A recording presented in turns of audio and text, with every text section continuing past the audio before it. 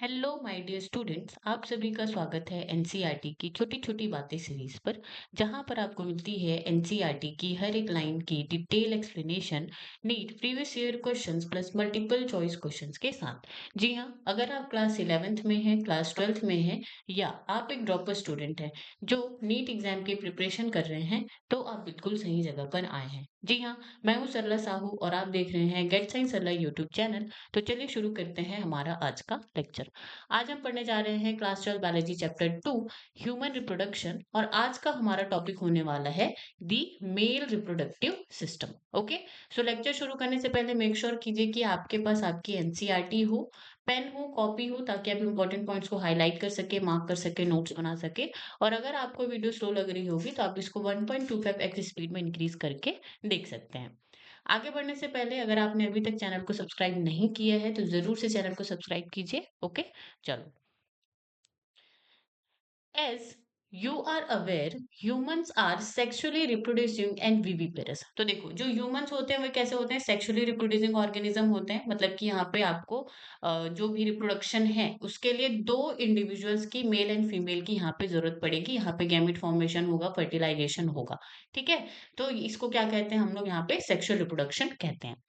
Second क्या है? ये विविपेरस होते हैं, मतलब कि ये give birth to a baby. ठीक है, तो ये जो है चाइल्ड को क्या करते हैं? यहाँ पे जन्म देते हैं, बर्थ करते हैं, ना कि अंडे को। ठीक है, जो भी ऑर्गेनिज्म एग ले करते हैं उनको हम ओविपेरस कहते हैं। तो ह्यूमंस यहाँ पे कैसे होते हैं? विविपेरस होते हैं। The reproductive events in humans include formation of gametes। ठीक है, मतलब कि गैमेटोजेनेसिस। तो देखो, अब यहाँ पे इस पूरे पैराग्राफ में रिप्रोडक्टिव इवेंट्स इन ह्यूमंस के बारे में यहाँ पे बताया गया है कि यहाँ पे जो है कौन कौन सी प्रोसेस जो है होंगी। ठीक है, तो सबसे पहले है यहाँ पे आपका गैमेटोजेनेसिस। तो गैमेटोजेनेसिस का मतलब है क्या है? यहाँ पे फॉर्मेशन ऑफ गैमेट्स। ठीक है, तो सबसे पहला स्टेप है यहाँ पे, या पहला इवेंट है रिप्रोडक्शन का ह्यूमंस में, इस गैमेटोजेनेसिस। तो मेल में जो है स्पर्म बनता है, स्पर्म का फॉर्मेशन होता है इनसाइड दी टेस्टिस। ठीक है, तो स्पर्म क्या हो गया? यहाँ पे मेल गैमिट हो गया। और फीमेल में फीमेल गैमिट यहाँ पे बनता है ओवम। किसके अंदर बनता है? ओवरीज के अंदर यहाँ पे ये बनेगा। ओके, तो पहला स्टेप क्या हो गया? गैमेटोजेनेसिस। ओके, तो यहाँ पे लिखा है sperm in males and ovum in females. Okay, transfer of sperms into the female genital tract it's insemination. अब देखो, सेकेंड स्टेप है यहाँ पे इंसेमिनेशन का। मतलब कि देखो, मेल एंड फीमेल गैमेट यहाँ पे फॉर्म हुआ है, तो इसका मतलब इन दोनों को यहाँ पे फिर क्या होना है? यहाँ पे फ्यूजन होना है, इन दोनों का फर्टिलाइजेशन होना है। तो उसके पहले यहाँ पे ये जरूरी है कि ये जो स्पर्म यहाँ पे बना है मेल गैमेट, वो फीमेल के जेनिटेलिया में आए। ठीक है, तभी तो वो क्या करेगा? ओवम के साथ फर्टिलाइज करेगा। तो यहाँ पे फिर नेक्स्ट स्टेप होता है इंसेमिनेशन का। इसमें क्या आएगा आपका? Transfer of sperms into the female reproductive part. तो जो भी यहाँ पे स्पर्म बना है मेल में, उसका ट्रांसफर होगा फीमेल के रिप्रोडक्टिव पार्ट में। सो दैट इज कॉल्ड इंसेमिनेशन।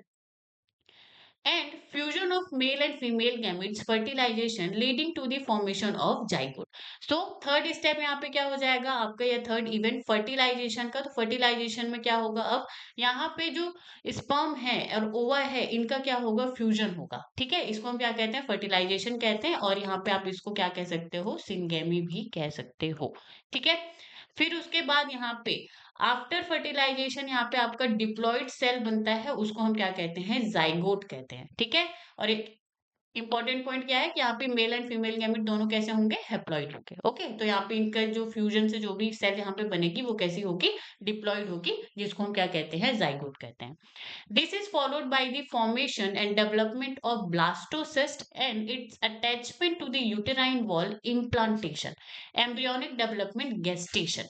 अब देखो, यहाँ पे फोर्थ इवेंट है यहाँ पे ब्लास्टोसिस्ट का फॉर्मेशन एंड इम्प्लांटेशन। ठीक है, तो ये जो जाइगोट है उसमें जो है बहुत सारे माइटोटिक डिवीजन होंगे, और वो क्या बनाता है? आपका ब्लास्टोसिस्ट बनाता है। ठीक है, फिर उसके बाद ये जो है जाकर के जो यूटेराइन वॉल है, जो आपका यूट्रस है, गर्भाशय है, उसके वॉल में जाकर के क्या हो जाता है? जुड़ जाता है, अटैच हो जाता है, जिसको हम क्या कहते हैं? यहाँ पे इम्प्लांटेशन कहते हैं। क्या कहते हैं? इम्प्लांटेशन। ठीक है, फिर उसके बाद फिर यहाँ पे आपका आ जाता है जेस्टेशन मतलब कि प्रेगनेंसी, और यहाँ पे जो है क्या होता है, जो भी एम्ब्रियो है उसका पूरा का पूरा यहाँ पे डेवलपमेंट होगा किसमें, इनटू फीटस में। ठीक है, तो जेस्टेशन यानी कि प्रेगनेंसी क्या है आपका, development of embryo into the foetus. Okay, फिर उसके बाद लास्ट में आपका आता है डिलीवरी ऑफ द बेबी यानी कि पार्चुरेशन।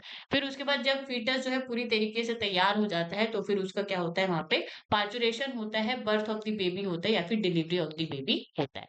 तो ये सारे क्या है आपके रिप्रोडक्टिव इवेंट्स इन ह्यूमंस, जो कि आपको स्टेप वाइज याद रखना है। You have learned that these reproductive events occur after puberty।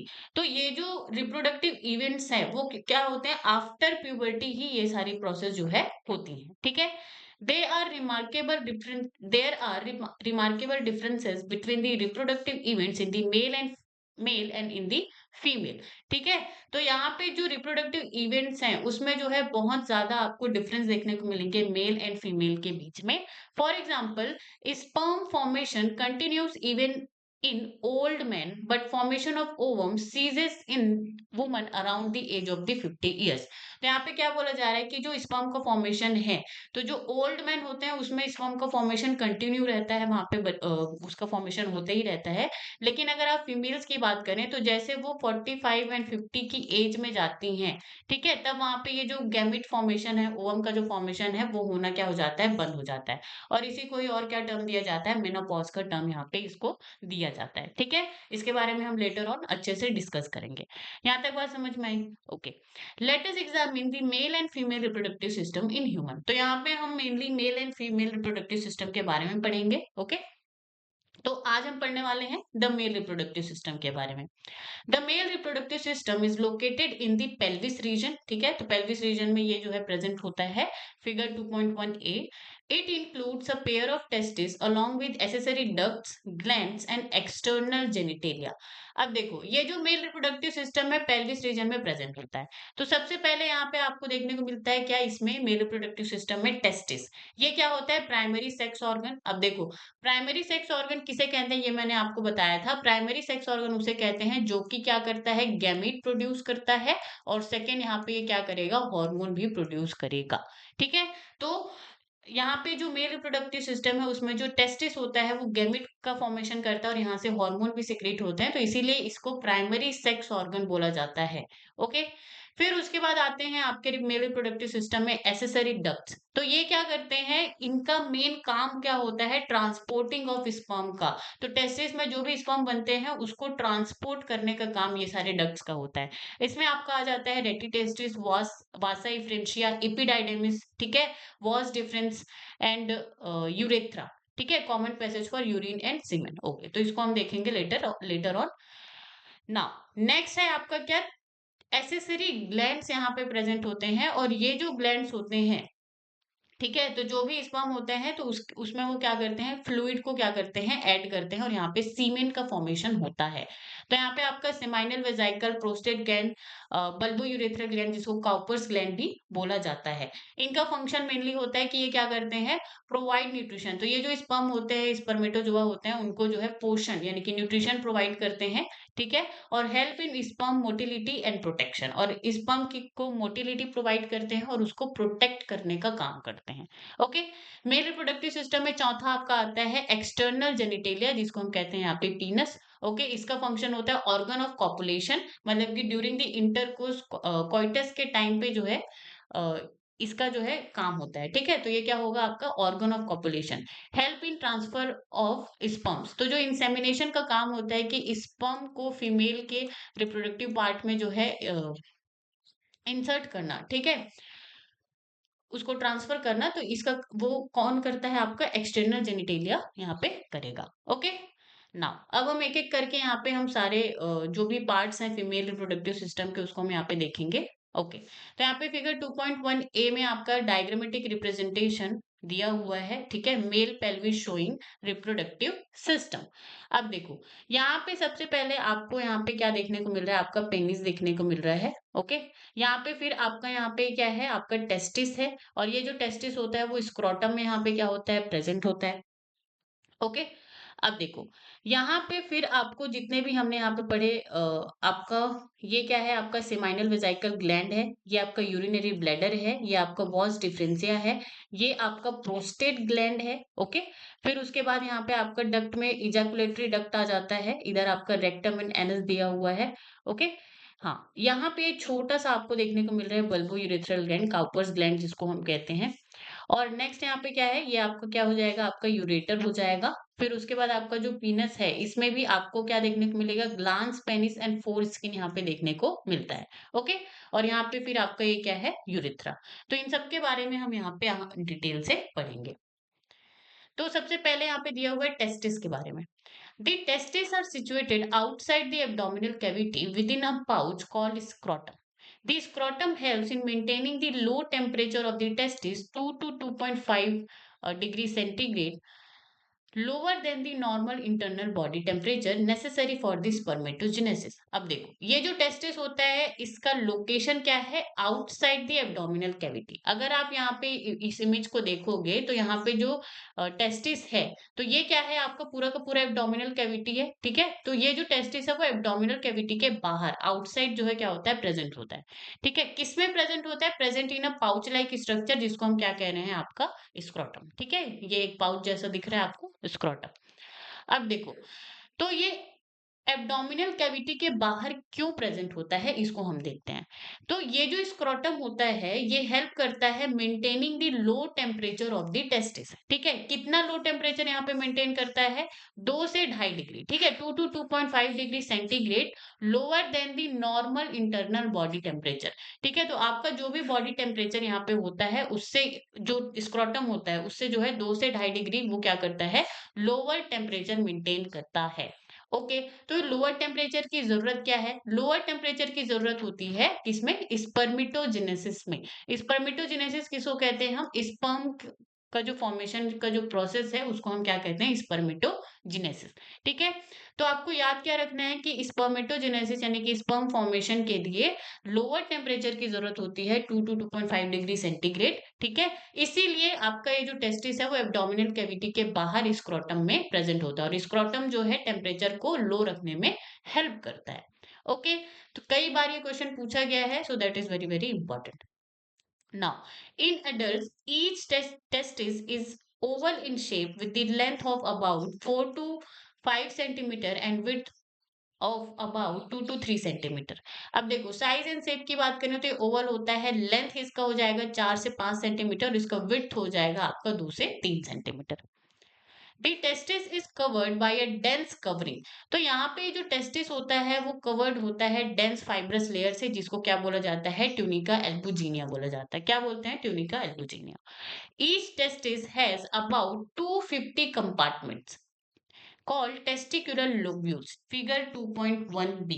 अब देखो, ये जो टेस्टिस है इसके अगर आप इंटरनल स्ट्रक्चर को देखोगे तो हर टेस्टिस में आपको जो है कम से कम 250 कंपार्टमेंट देखने को मिलेगा, 250 कंपार्टमेंट, जिसको क्या बोला जा रहा है, टेस्टिकुलर लोब्यूल्स। यानी कि यहाँ पे कितने एक टेस्टिस में आपके 250 टेस्टिकुलर लोब्यूल्स एंड 2 टेस्टिस है, तो आपका जो है कितने 500 टेस्टिकुलर लोब्यूल्स यहाँ पे प्रेजेंट होंगे, ठीक है। अब इसमें से each lobules contain seminiferous tubules where sperms are produce. अब यहाँ पे जो ईच, यहाँ पे जो 250 टेस्टिकुलर टिब्यूल्स है, उसके अंदर आपको क्या देखने को मिलेगा, सेमिनिफेरस टिब्यूल देखने को मिलेगा, जहां पे स्पर्म का फॉर्मेशन होता है। अब देखो, each lobule contains 1 to 3 highly coiled seminiferous tubule in which sperms are produced। ये चीज हमने देखा। तो यहाँ पे कितने 250 कितने हैं आपके टेस्टिकुलर लोब्यूल्स है एक टेस्टिस में, ठीक है। अब यहाँ पे ये जो टेस्टिकुलर लोब्यूल है इसके अंदर आपको 1 से 3, ठीक है, 1 से 3 हाईली कॉइल्ड सेमिनिफेरस ट्यूब्यूल्स देखने को मिलेंगे जो कि स्पर्म को प्रोड्यूस करते हैं। Each seminiferous tubule is lined on its inside by 2 types of cells called male germ cells, spermatogonia and Sertoli cells। तो ये जो यहाँ पे जो टेस्टिस के अंदर टेस्टिकुलर लोब्यूल और उसके अंदर ये जो सेमिनिफेरल ट्यूब्यूल है, वो उसमें जो है क्या होता है, 2 तरह के सेल्स जो है होते हैं। एक होता है मेल जर्म सेल जिसको स्पर्मेटोगोनिया बोला जाता है और दूसरा होता है सर्टोली सेल जिसको सपोर्टिंग सेल्स भी कहा जाता है। The male germ cells undergo meiotic division finally leading to the sperm formation while the Sertoli cells provide nutrition to the germ cells। अब देखो ये जो मेल जर्म सेल्स होते हैं वो इनर लाइनिंग में क्या होता है, प्रेजेंट होता है, ठीक है, किसके, ये जो सेमिनिफेरस ट्यूब्यूल्स है उसके, और इसमें होता है आपका मियोसिस, मियोटिक डिवीजन या रिडक्शन डिवीजन, ठीक है। और यहीं पे ये जो मियोसिस प्रोसेस है उसी से ही आपका क्या होता है, स्पर्म का फॉर्मेशन होता है। इसका मतलब ये जो मेल जर्म सेल्स है, स्पर्मेटोगोनिया है, वही जो है स्पर्म को क्या करेगा, बनाएगा, फॉर्मेशन करेगा। कौन से प्रोसेस से, यहाँ पे मियोटिक डिवीजन से। ओके, सर्टोली सेल्स की बात करें तो ये भी जो है इनसाइड द टिब्यूल प्रेजेंट होता है, टिब्यूल के अंदर प्रेजेंट होता है। ओके, और इसका काम क्या होता है, provide nourishment to the germ cells, ठीक है। तो जो यहाँ पे जर्म सेल्स है, स्पर्मेटोगोनिया है, उसको क्या करता है, ये पोषण देता है, नरिशमेंट प्रोवाइड करता है और उनका जो है उसको जो है प्रोटेक्ट भी करता है। नाउ दी रीजन्स, ओके, तो पहले हम यहाँ पे इसको इमेज में देख लेते हैं, ठीक है। तो यहाँ पे आपको जो है ये क्या है, आपका एक टिब्यूल है, सेमिनिफेरस टिब्यूल। ये भी क्या है, सेमिनिफेरस टिब्यूल, ये भी क्या है, आपका सेमिनिफेरस टिब्यूल है, ठीक है। अब ये जो सेमिनिफेरल टिब्यूल है इसके अंदर आपको यहाँ पे स्पर्मेटोगोनिया देखने को मिल रहा है। यहाँ पे आप इसको लिख लो क्या, मेल जर्म सेल्स। क्या लिख लोगे, मेल जर्म सेल्स। और यहीं पर ही आपको जो है यहाँ पे सर्टोली सेल्स देखने को मिलेगी ट्यूब के अंदर ही, ठीक है, ट्यूब के अंदर ही ये प्रेजेंट होगा, जो कि क्या करेगा, नरिशमेंट प्रोवाइड करेगा, किसको, मेल जर्म सेल्स को, स्पर्मेटोगोनिया को। और इसी स्पर्मेटोगोनिया से आपको यहाँ पे देख स्पर्म लाइक स्ट्रक्चर देखने को मिल रहा है, जिसको यहाँ पे क्या बोला जा रहा है, स्पर्मेटोजोआ कहा जा रहा है, ठीक है। तो ये स्पर्मेटोगोनिया में मियोसिस होगा और उससे जो है ये स्पर्मेटोजोआ का फॉर्मेशन यहाँ पे होगा। नाउ नेक्स्ट इंपॉर्टेंट पॉइंट क्या है यहाँ पे, the regions outside the seminiferous tubules called the interstitial space contain small blood vessels and interstitial cells or Leydig cells, figure 2.2। तो देखो, तो यहाँ पे जो है सेमिनिफेरस टिब्यूल है, तो ये एक टिब्यूल है, ये दूसरा, ये तीसरा, ये चौथा, ये पांचवा। तो ये जो टिब्यूल जब अरेंज ये इस तरह से हुए हैं, तब यहाँ पे आपको जो है दो ट्यूब के बीच में क्या देखने को मिल रहा है, आपका खाली जगह देखने को मिल रहा है, ये जो स्पेस है। और इस जगह को हम यहाँ पे क्या कहते हैं, इंटरस्टिशियल स्पेस कहते हैं। क्या कहते हैं, इंटरस्टिशियल स्पेस, ठीक है। अब ये जो इंटरस्टिशियल स्पेस है, इसमें आपको क्या-क्या देखने को मिलेगा, इसमें है आपका यहाँ पे ब्लड सेल्स, ठीक है, ब्लड वेसल्स है, और इंपॉर्टेंट क्या है यहाँ पे, लेडिक सेल्स है, इंटरस्टिशियल सेल्स जो है प्रेजेंट होती हैं। कौन होती हैं, इंटरस्टिशियल सेल्स या फिर लेडिक सेल्स। ओके, इनका काम क्या होता है, Leydig cell synthesise and secrete testicular hormone called androgens. Okay, तो यहाँ पे ये जो Leydig cells and interstitial cells हैं, वो आपको कहाँ पे देखने को मिलेगी, found in space between seminiferous tubule, ठीक है। तो सेमिनिफेरस ट्यूब्यूल इस तरह से अरेंज है अपना, बढ़िया। तो यहाँ पे ये जो खाली जगह है, ठीक है, तो यहाँ पे ये जो सेल्स हैं वो प्रेजेंट होंगी, लेडिक सेल्स और इंटरस्टिशियल सेल्स, ठीक है। इंटरस्टिशियल स्पेस या आउटसाइड द ट्यूब्यूल। काम क्या है, ये सिंथेसाइज एंड सिक्रीट करती हैं एंड्रोजन को, ठीक है। एंड्रोजन क्या होता है, ग्रुप ऑफ हार्मोन होता है, ठीक है। तो बेसिकली यहाँ पे आपका टेस्टोस्टेरोन हार्मोन जो है यहाँ पे सिक्रीट होगा।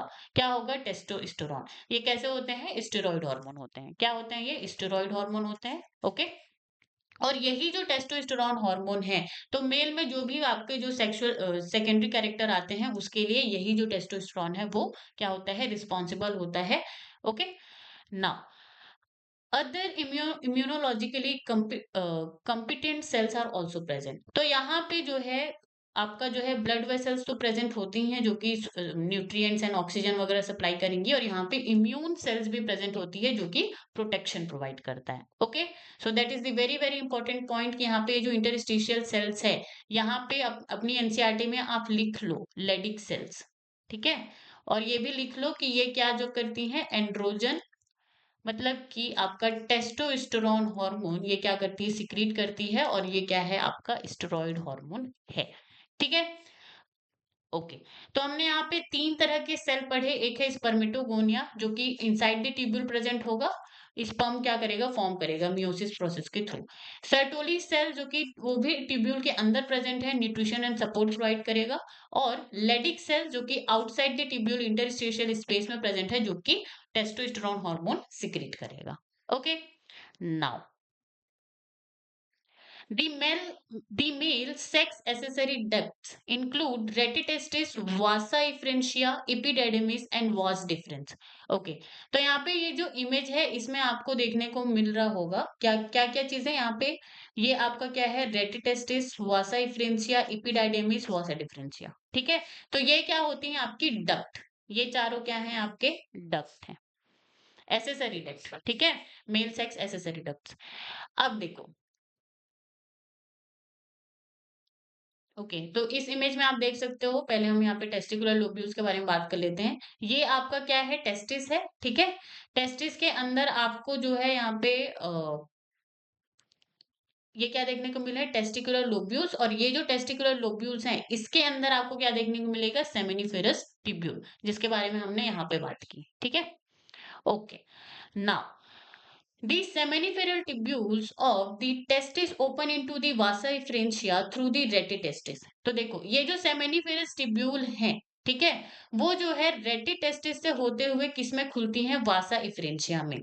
तो ये यहाँ पे टेस्टिकुलर लोब्यूल के अंदर यहाँ पे जो सेमिनिफेरस ट्यूब्यूल हैं, वो यहाँ पे ये देखो, ये वाला जो पोर्शन है इसको क्या बोला जा रहा है, रेटिटेस्टिस बोला जा रहा है। ठीक है, तो रेटिटेस्टिस से होते हुए ये जो आपको रीजन दिख रहा है, इसको क्या बोला जा रहा है, आपका वासा इफ्रेंशिया। तो रेट सेमिनिफेरस ट्यूब्यूल रेटिटेस्टिस से होते हुए वासा एफ्रेंशिया में क्या होती हैं, ओपन होती हैं। ठीक है, the vasa efferentia leaves the testis and open into the epididymis located along the posterior surface of the each testis। तो ये जो वासा एफ्रेंशिया है वो टेस्टिस को क्या कर रहा है, यहाँ पे लीव कर रहा है, छोड़ रहा है। देखो, ये टेस्टिस है और ये आपका क्या है, वासा एफ्रेंशिया।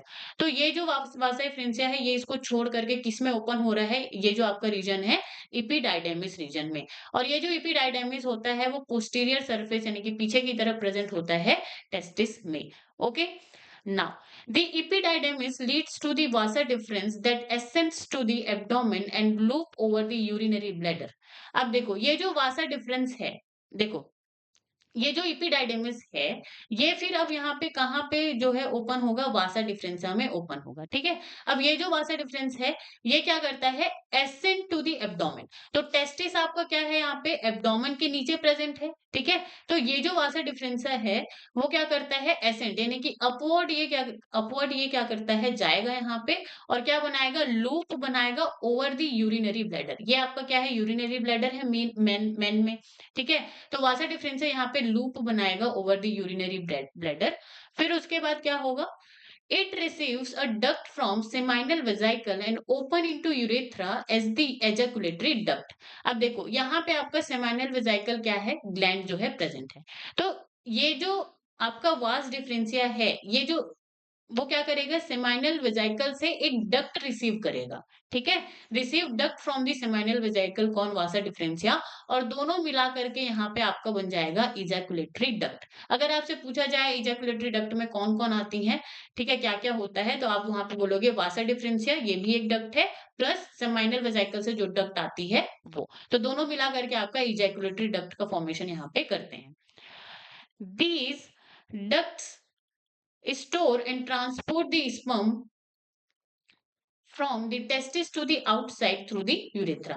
और ये जो इजैकुलेटरी डक्ट है वो क्या करता है, आपका ट्रांसपोर्टेशन ऑफ द स्पर्म करता है। ठीक है, कहाँ से कहाँ तक, टेस्टिस से आपका जो है पूरा यहाँ पे जो यूरेथ्रा है वहां तक। ठीक है, यहाँ तक ये जो यूरेथ्रा है आपका वहां तक। Okay, the urethra originates from the urinary bladder and extends through the penis to its external opening called urethral meatus। तो यहाँ पे ये जो यूरेथ्रा है, ये यहाँ पे मेल में यूरेथ्रा क्या होता है, लॉन्ग होता है, याद याद रख लो। और जो फीमेल होती है उसमें यूरेथ्रा का जो साइज है वो क्या होता है, शॉर्ट होता है, छोटा होता है। ठीक है, तो ये जो यूरेथ्रा है ये यूरिनरी ब्लैडर से क्या होता है, ओरिजिनेट होता है और एक्सटेंड और पूरा फैला हुआ होता है आपके पीनस में टू इट्स एक्सटर्नल ओपनिंग। तो पीनस का एक्सटर्नल ओपनिंग को हम यहाँ पे क्या कहते हैं, यूरिथ्रल मीटस कहते हैं। क्या कहते हैं, यूरिथ्रल मीटस, जो कि आउटसाइड दी बॉडी आपका क्या होगा, प्रेजेंट होगा। ओके, अब देखो, तो हमने तो यहाँ पे सिर्फ और सिर्फ क्या देखा, पाथवे देखा कि हाँ भाई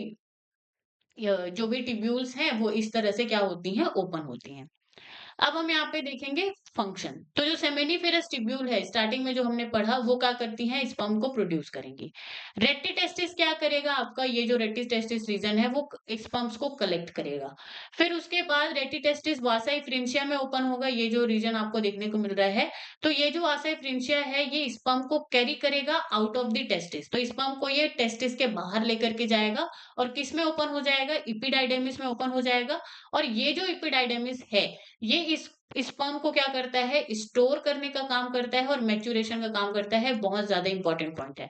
मैच्योरेशन ऑफ स्पर्म कहाँ पे होगा, एपिडाइडेमिस रीजन में होगा। That is the very very important point. Okay. फिर उसके बाद ये जो एपिडाइडेमिस है, ये जो वास डिफरेंशिया है उसमें ओपन होगा, जो कि स्पर्म को ट्रांसपोर्ट करेगा किधर, अपवर्ड। ठीक है, अपवर्ड दी इन दी एब्डोमेन, ये क्या करेगा, ट्रांसपोर्ट करेगा। फिर उसके बाद ये जो वासा डिफरेंस है वो सेमाइनल वेसिकल से डक्ट रिसीव करके इजैकुलेटरी डक्ट बनाएगा। ठीक है, और ये फ्लूइड रिसीव करेगा सेमाइनल वेसिकल ग्लैंड से। तो ये सेमाइनल वेसिकल क्या है, ग्लैंड है, तो उससे भी ये क्या करेगा, आपका डक्ट जो है, फ्लूइड जो है रिसीव करेगा। फिर उसके बाद ये जो है यूरिथ्रा में ओपन होगा, final passage for the semen. ठीक है, तो यहाँ पे ये स्पर्म और यहाँ पे जो सेमाइनल वेसिकल है या जितने भी ये सारे ग्लैंड है, उनका जो भी लिक्विड वहां पे होता है, तो वो स्पर्म प्लस ये जो ग्लैंड्स के सिक्रीशन है वो मिला करके क्या बनाता है, आपका सीमेन बनाता है। ठीक है, ओके। तो ये जो यूरिथ्रा है, तो ये क्या है, फाइनल पैसेज होता है for semen. And urethral meatus opening at tip of the penis. तो यहाँ पे ये क्या है, आपका यूरिथ्रल मीटस कहलाता है, जो कि टिप ऑफ द पेनिस जो है होता है। और यहीं से फिर जो भी सीमेन है वो क्या होगा, आपका बाहर आएगा। Okay. Now the The penis is the male external genitalia, figure 2.1a. It is made up of special tissue that helps in erection of penis to facilitate insemination. अब देखो यहाँ पे ये जो पीनस होता है वो मेल एक्सटर्नल रिप्रोडक्टिव ऑर्गन होता है। ठीक है, इस तरह से ये क्या है, आपका मेल एक्सटर्नल रिप्रोडक्टिव ऑर्गन। अब देखो ये क्या होता है, ये स्पेशल इरेक्टाइल टिश्यू से बना हुआ होता है, जो कि इरेक्शन में क्या करता है, हेल्प करता है। ठीक है, इसका फंक्शन क्या होता है, facilitate insemination transfer of sperm. तो देखो यहाँ पे ये जो आपको, ये आपका क्या देखने को मिल रहा है, आपको फ्लैसिड पीनस आपको देखने को मिल रहा है, जो कि अभी नॉर्मल स्टेट में है। और हमने बोला कि ये जो पीनस होता है वो इरेक्टाइल टिश्यू से बना हुआ होता है। ठीक है, तो यहाँ पे जो इरेक्टाइल टिश्यू होता है वो इस तरह से जब भी मेल्स में सेक्सुअल डिजायर होते हैं, ठीक है, तब कॉपुलेशन के टाइम पे, इंटरकोर्स के टाइम पे यहाँ पे ये क्या होगा, आपका ये जो पीनस है वो इरेक्ट हो जाएगा। ठीक है, इस तरह से। तो यहाँ पे देखने को मिल रहा है आपको इरेक्ट पीनस। ओके। अब देखो, और टेस्टिस जो है यहाँ पे आपका नॉर्मल स्टेट में रहेंगे। अब देखो इंपॉर्टेंट क्या है यहाँ पे, ये जो फ्लैसिड पीनस होता है, तो इसका जब आप यहाँ पे इमेज को देखोगे, ठीक है, तो यहाँ पे आपको dorsal nerve, dorsal artery, deep dorsal veins जो है आपको यहाँ पे देखने को मिलेंगी। यहाँ पे कॉर्पस आपको देखने को मिलेगा, cavernosum, not filled with the blood. तो जो भी फ्लैसिड पीनस होता है उसमें जो है ब्लड का फ्लो बहुत ज्यादा नहीं होता, बहुत ही वो क्या होता है, नॉर्मल होता है। ठीक है, लेकिन अगर आप इरेक्टाइल पीनस को देखें, इरेक्ट पीनस को देखोगे, तो वहां पे ये जो कार्पस कैनमोजम है, ठीक है, ये जो पार्ट है, ठीक है, ये जो कार्पस कैनमोजम है, इसमें जो है आपको बहुत ज्यादा ब्लड फ्लो वहां पे देखने को मिलेगा। ये जो है पूरे के पूरे ब्लड से क्या हो जाते हैं, फिल हो जाते हैं, भर जाते हैं। और इसीलिए यहाँ पे ये क्या हो जाता है, यहाँ पे इरेक्ट ये हो जाता है। ठीक है, तो आप यहाँ पे देख सकते हो कि कितने सारे आर्टरीज एंड वेन्स यहाँ पे प्रेजेंट है। ठीक है, डीप आर्टरी, डीप वेन्स, जो कि यहाँ पे ब्लड फ्लो को बढ़ा देते हैं ड्यूरिंग दी कॉपुलेशन टाइम। यहाँ तक बात समझ में आई? Okay. Now the enlarged end of penis called the glans penis is covered by a loose fold of skin called foreskin. Okay, तो यहाँ पे आपको ग्लांस पेनिस दिया हुआ है, जो कि इनलार्ज टिप ऑफ पेनिस है। तो देखो यहाँ पे ये क्या है, आपका पूरा पीनस है, यहाँ पे जो है इनलार्ज, ठीक है, थोड़ा सा बड़ा यहाँ पे भाग है, इसको क्या बोला जाता है, ग्लांस पीनस बोला जाता है। ओके, और यहाँ पे ये जो ग्लांस पीनस है वो क्या होता है, आपका फोर स्किन, मतलब कि ये क्या होता है, लूज स्किन से क्या होता है, ये कवर्ड होता है, जिसको हम क्या कहते हैं, फोर स्किन कहते हैं या परप्यूस कहते हैं। ठीक है, क्या कहते हैं, फोर स्किन या फिर prepuce, loose fold of skin covering the glands. Okay, so ये भी जो है काफी पूछा जाता है आपके एग्जाम में। Now The male accessory glands, figure 2.1a b, include paired seminal vesicle, a prostate and paired bulbourethral glands. तो देखो यहाँ पे आपको ये जो इमेज है इसमें आपको 1 और 2 दो सेमाइनल वेजाइकल है, ठीक है। यहाँ पे आपका ये प्रोस्टेट ग्लैंड आपको देखने को मिल रहा है और यहाँ पे ये छोटे से बल्ब लाइक स्ट्रक्चर देखने को मिल रहे हैं, that is bulbourethral gland. Okay, तो यहाँ पे क्या क्या तीन ग्लैंड्स हैं आपके, seminal वेजाइकल, prostate and bulbourethral gland. Secretion of these glands constitute the seminal plasma, which is rich in fructose, calcium and certain enzymes. तो देखो ये जितने भी glands हैं तो all these gland secretions together form seminal plasma, और ये जो seminal plasma है, ठीक है, इसमें आपको इसमें क्या क्या होगा, आपका फ्रक्टोज होगा, रिच इन फ्रक्टोज, कैल्शियम हो गया आपका, ठीक है, एंड सर्टेन एंजाइम्स। तो सेमाइनल प्लाज्मा में क्या क्या होगा, फ्रक्टोज होगा, कैल्शियम होगा, सर्टेन एंजाइम्स होंगे। ओके, जो कि किससे, स्पर्म के साथ क्या हो जाते हैं, मिक्स हो जाते हैं और मिक्स होकर के क्या बनाते हैं, सीमेन बनाते हैं। That is important point, very very important point, ठीक है। नाउ अब यहाँ पे ये जो ग्लैंड है, सेमाइनल वेजाइकल जो है पेयर्ड यानी कि दो प्रेजेंट होता है। ये क्या करता है, फ्रुक्टोज रिच फ्लूइड को सिक्रीट करता है। तो ये जो सेमाइनल प्लाज्मा में जो भी फ्रुक्टोज यहाँ पे प्रेजेंट होगा वो कहाँ से आएगा, सेमाइनल वेजाइकल से आएगा, ठीक है। फंक्शन क्या है, प्रोवाइड एनर्जी टू स्पर्म। तो स्पर्म जो है यहाँ पे क्या होते हैं, मूव करते हैं काफी ज्यादा, ठीक है, मोबाइल होते हैं, तो उसके लिए एनर्जी चाहिए। तो एनर्जी कौन प्रोवाइड करता है, ये जो सेमाइनल वेजाइकल का जो सिक्रीशन है फ्रुक्टोज रिच फ्लूइड, वो जो है यहाँ पे एनर्जी प्रोवाइड करेगा। प्रोस्टेट ग्लैंड की अगर हम बात करें तो ये सिंगल होता है। ये आपको भले इमेज में ऐसा दिख रहा है कि यहाँ पे दो प्रेजेंट है, बट ये सिंगल प्रोस्टेट ग्लैंड होता है। आप यहाँ पे इसको लिख लो एक, ठीक है। ये जो है मिल्की फ्लूइड जो है यही प्रोवाइड करता है, जिसमें एंजाइम एंड कैल्शियम दोनों प्रेजेंट होता है। तो एंजाइम एंड कैल्शियम कहाँ से आ रहा है, आपका प्रोस्टेट ग्लैंड से आ रहा है। तो ये एक्टिवेट्स दी स्पर्म, स्पर्म को एक्टिवेट करते हैं और उनकी मोटिलिटी को इनहेंस करते हैं।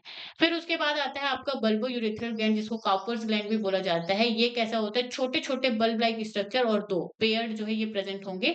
इनका सिक्रीशन होता है म्यूकस, जो कि अल्कलाइन होता है, ठीक है, और lubrication of penis and neutralises the acidity. Okay, so that is important point. तो देखो the secretion of bulbourethral glands also helps in lubrication of the पीनस। तो जब जो है ये जो पीनस जो है फीमेल के वेजाइना में एंटर करता है, रिप्रोडक्टिव पार्ट में जब ये एंटर करता है तो वहां पे क्या होता है, लुब्रिकेशन की जरूरत होती है, ठीक है। अब लुब्रिकेशन के लिए आपका जो है ये बल्बोयूरेथ्रल ग्लैंड है वो म्यूकस सिक्रीट करता है, जो कि कैसा होता है, एल्कलाइन होता है, क्षारीय होता है, ठीक है। तो पहला तो ये लुब्रिकेशन में हेल्प करता है, दूसरा न्यूट्रलाइजेस एसिडिटी। तो फीमेल का जो रिप्रोडक्टिव पार्ट है, ठीक है, जो वेजाइना है, वो कैसा होता है, आपका एसिडिक होता है। क्या होता है, एसिडिक होता है। और ये जो स्पर्म जो होते हैं वो एसिडिक इन्वायरमेंट में सरवाइव नहीं कर पाते हैं, ठीक है। स्पर्म जो होते हैं वो एसिडिक इन्वायरमेंट में सरवाइव नहीं कर पाएंगे। तो यहाँ पे जो बल्बोयूरेथ्रल ग्लैंड है वो क्या करता है, आपका एल्कलाइन म्यूकस सिक्रीट करता है, जो कि लुब्रिकेशन में तो हेल्प करेगा ही करेगा, प्लस यहाँ पे जो वेजाइना की जो एसिडिटी है, ठीक है, फीमेल रिप्रोडक्टिव पार्ट का जो एसिडिटी है उसको न्यूट्रलाइज करता है, ताकि स्पर्म जो है वहां पे सरवाइव कर सके और ओवम तक पहुंच करके फर्टिलाइजेशन की प्रोसेस हो सके। Okay, so that is all about the male reproductive system which you have to remember. So that's it for today guys. अगर इसमें आपको कुछ भी पूछना हो या कोई भी डाउट हो तो आप मुझे कमेंट करके बता सकते हैं। Okay, and thank you so much for the watching and stay tune on Get Science Sarla YouTube channel.